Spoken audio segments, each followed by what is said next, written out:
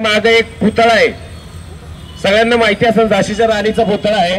झाशीच्या राणीची त्यावेळेची घोषणा होती, मेरी झाशी नहीं दूंगी। आपल्या स्वतःच्या हक्काच्या झाशी आपल्या राज्यासाठी त्या लढल्या, लढता लढता स्वतःचं बलिदान दिलं। तसं आपल्या पुण्याचा इतिहास खूपच पराक्रमी आहे। त्यावेळेची परिस्थिती, तेव्हाही लढाई करायला लागायच्या, आजही आंदोलन करायला लागतात। ते शिक्षणासारख्या मूलभूत हक्कासाठी खरं तर पुण्यातली, जे पुण्याला शिक्षणाचं माहेरघर म्हणतात, अशा पुण्यातली जनता रस्त्यावर उतरते। हा या सरकारचा खरंच नाकर्तेपणा आहे। या सरकारला लाज वाटायला पाहिजे खरं तर, की या पुण्यासारख्या शहरामध्ये एवढी लोक रस्त्यावर उतरतात कशासाठी? शिक्षणासाठी। अरे तुम्हाला राज्य जर चालवता येत नसेल तर द्या ना राजीनामे, कशाला तुम्ही खुर्च्या आडून बसलेत?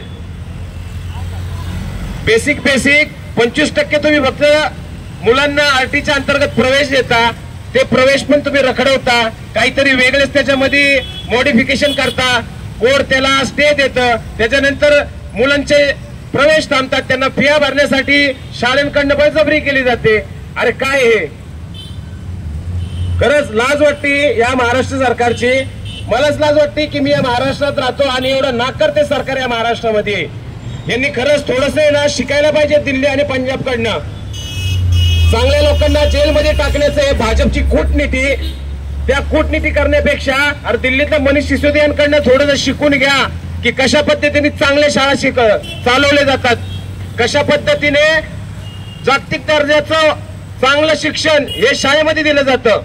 हे कुठेतरी शिकायचं तर असं शिकत नाही ही लोक फक्त काड्या घाला आणि राजकारण करा, ह्याच्याशिवाय यांना काही जमलंय का?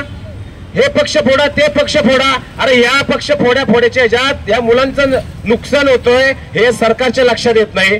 स्वतःची मुलं अमेरिकेत पाठवायची शिकवायला, ऑक्सफर्डला पाठवायची, आणि सामान्य लोकांच्या मुलांना आरटीच्या अंतर्गत शिक्षणही द्यायचं नाही। आणि अशा नालायक लोकांना याच्या पुढे खरंच विनंती आहे माझी सर्व पुणेकरांना, महाराष्ट्रातल्या लोकांना, अशा नालायक लोकांना याच्या पुढे खरंच मतदान करू नका। कारण की हे आपल्या भल्यासाठी इथं आलेले नाहीये, हे फक्त स्वतःचे किशे भरायला आलेले आहेत।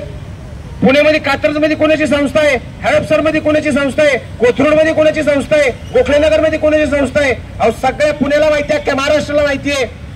या सर्व राजकीय पक्षांचे कोणत्या ना कोणत्या शाळा आहेत, मोठ्या प्रमाणात त्यांना फी घेतली जाते, आणि जर मोफत शिक्षण मिळायला लागलं तर यांचे धंदे चालणार कसे काय? त्यामुळे आरटीच्या शिक्षणामध्ये कुठेतरी अडथळा हे सरकार जाणून बुजून करत आहे। या ठिकाणी अजून बरेच लोकांना बोलायचंय, त्यामुळं मी माझं म्हणणं थांबवतो आणि जय हिंद, जय महाराष्ट्र, भारत माता की इन्कलाब, इन्कलाब।